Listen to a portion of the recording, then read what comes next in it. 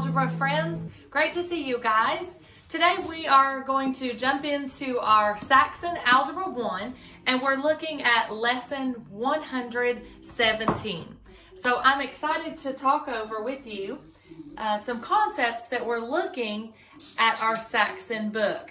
So lesson 117 talks about direct and inverse variation, and we've looked at those before. So maybe at home you're thinking right now, well, we've talked before about direct and inverse variation, but we're actually adding in a special aspect to it, and what happens when one of those is squared. So we've talked before and we related it to what we did know, so we're going to do that same thing. You know, learning takes place a lot easier if we take what we know and then add in the unknown. So we've talked before that our best friend in algebra is y equals mx plus b. Remember, m is our slope, b is our it's our y-intercept. It's where it crosses the y-axis. So remember that we talked about that direct variation is where it will exactly cross through the origin, and it could be a positive or a negative slope. But direct variation, the y-intercept will be 0. So direct variation, we said before, was when y equals mx. And your book, instead of talking about it in forms of slope, they call the slope your constant of variation. So that's what we're looking at.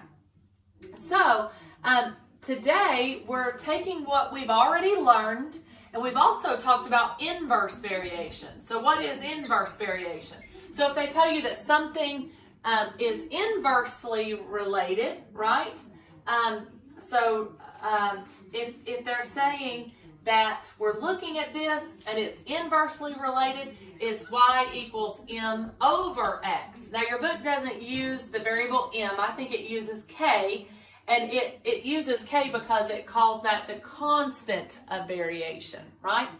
So, but we understand that it's just the relationship that those share with each other. There's some number that when multiplied together.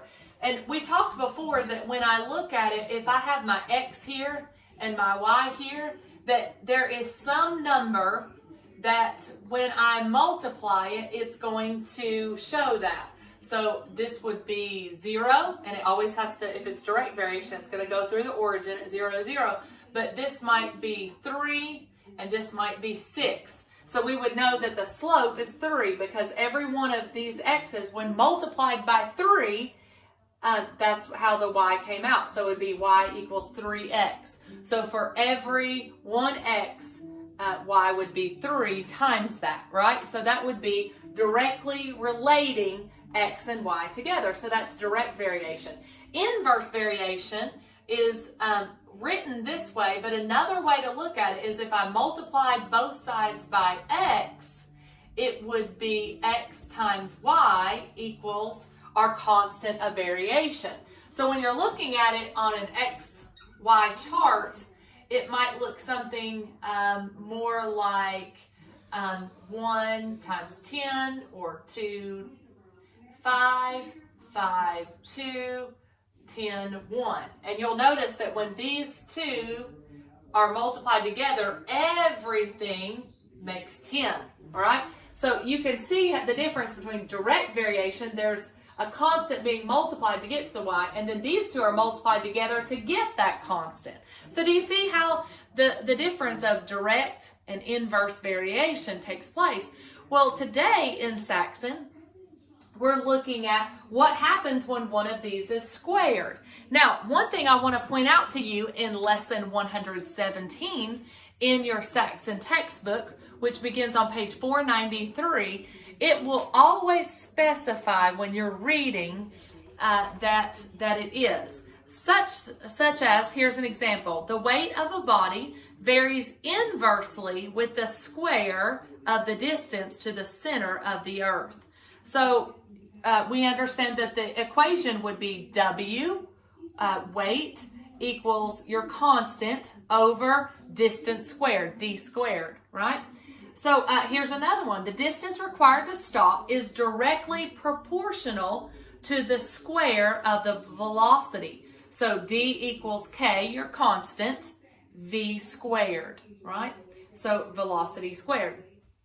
All right, here's another one. The price of a diamond varies directly as the square of its weight. So we understand that, especially ladies, right? We like diamonds, right? So how is the price of the diamonds determined?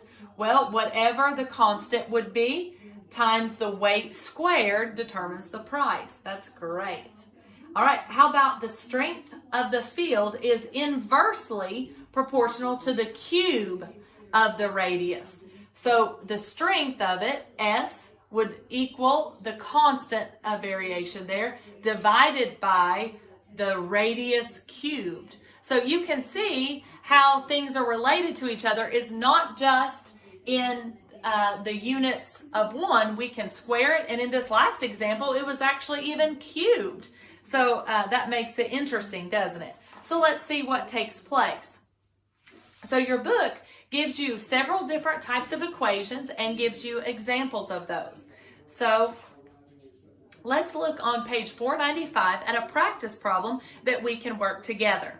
So in our Saxon book, lesson 117, the practice A says, the weight of a body on or above the surface of the earth varies inversely with the square of the distance from the body to the center of the earth.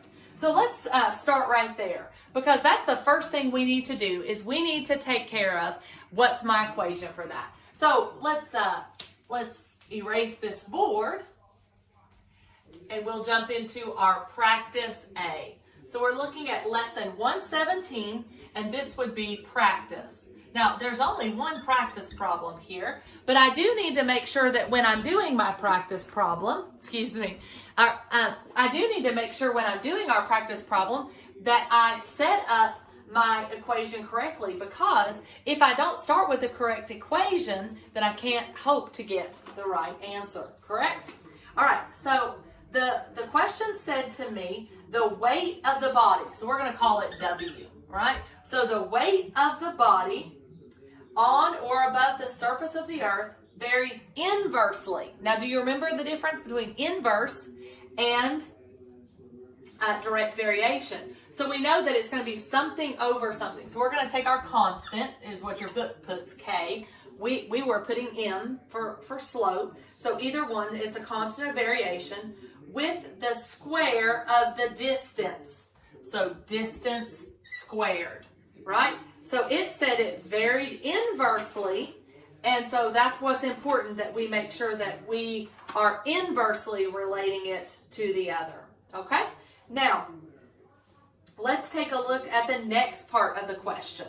So the question continues. It doesn't stop there, my friends. So it says, if a body weighs 50,000 pounds at a distance of 6,000 miles from the center of the earth, how much would it weigh 25,000 miles from the center of the earth?